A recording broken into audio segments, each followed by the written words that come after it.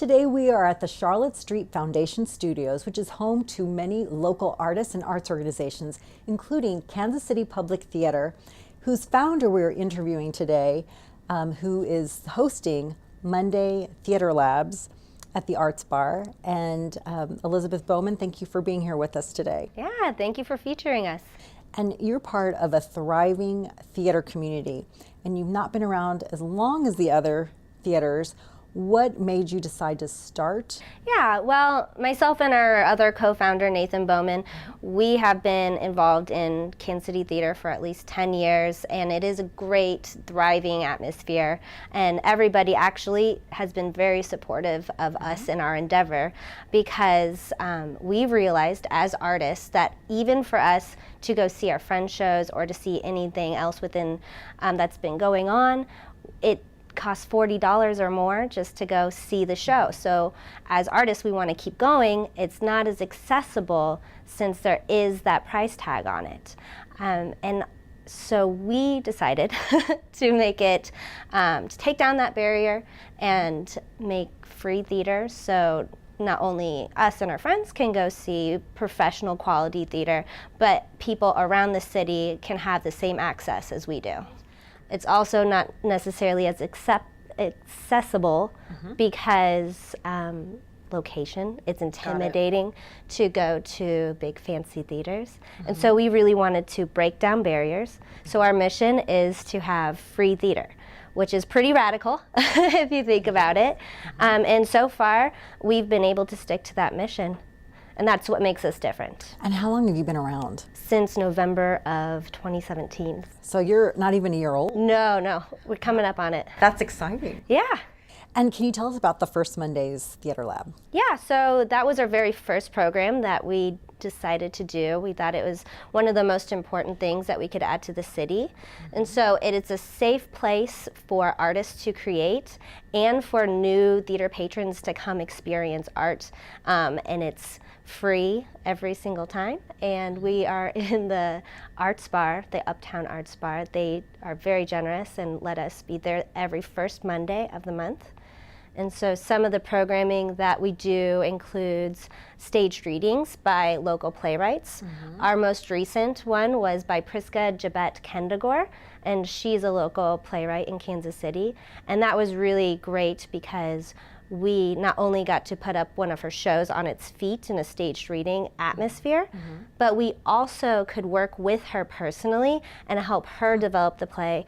And she could take what we were doing and add it to what she liked or take away what she didn't like, because she could actually see it up on its feet. So it's literally a lab. Yes, yeah. A creative lab. Yeah. And what's the November first Monday? So in November, we are going to do The Madness of Lady Bright. It's a one act by Lanford Wilson, who is actually from the area. He passed away, I believe, in the 80s. But he was very prolific in the early 1960s, the 70s, and he had a lot of work that was produced off-Broadway and on Broadway as well. And so this is one of his very first, very famous plays, and it's one of his more experimental plays. So you're really about keeping it local too. So you have local contemporary playwrights that are working things out, using the lab to work things out and to grow their work. But then you have established local giants whose work may not be on people's radar, or people may not know that they were local or they are local. So that's a great way to expose folks to a variety of plays and works. Yeah, and that goes back to our accessibility too, because us in Kansas City, a lot of people don't go to New York all the time. We watch TV shows like Law and Order or Friends or whatever, and it's all in New York. We don't have that background, that we haven't lived there. That's not about us. So we want to keep it accessible. Playwrights who are from the area still have the same vernacular and background as people from around here, and it's an easy access into the theater. And how many people come from month to month? Usually we have about 30 to 40.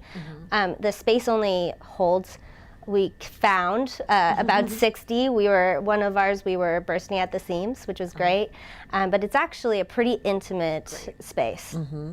And what other programs do you have besides First Mondays on your menu of programs? So we have our theater lab program, which is our monthly program. We have our main stage program, which is we try to do 3 main big productions a year, and so usually that's in the spring, summer, and the fall.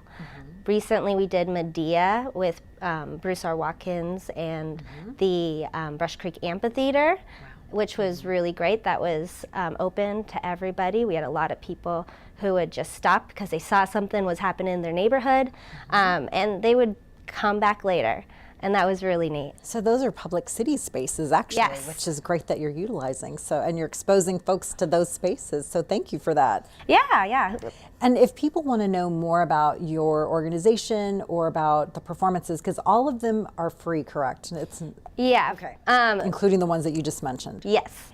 Okay, where would be the best place to go? So if they go to kcpublictheater.org, they can find us. They can also find us on any social media platform, and it's at Kansas City Public Theater. Great. Well, Elizabeth, thank you so much for telling us more about your organization, and congratulations on your 1-year anniversary that's coming up. Great. Thank you. The Neighborhood Tourist Development Fund supports local nonprofits that bring cultural, social, educational, and recreational activities to our area.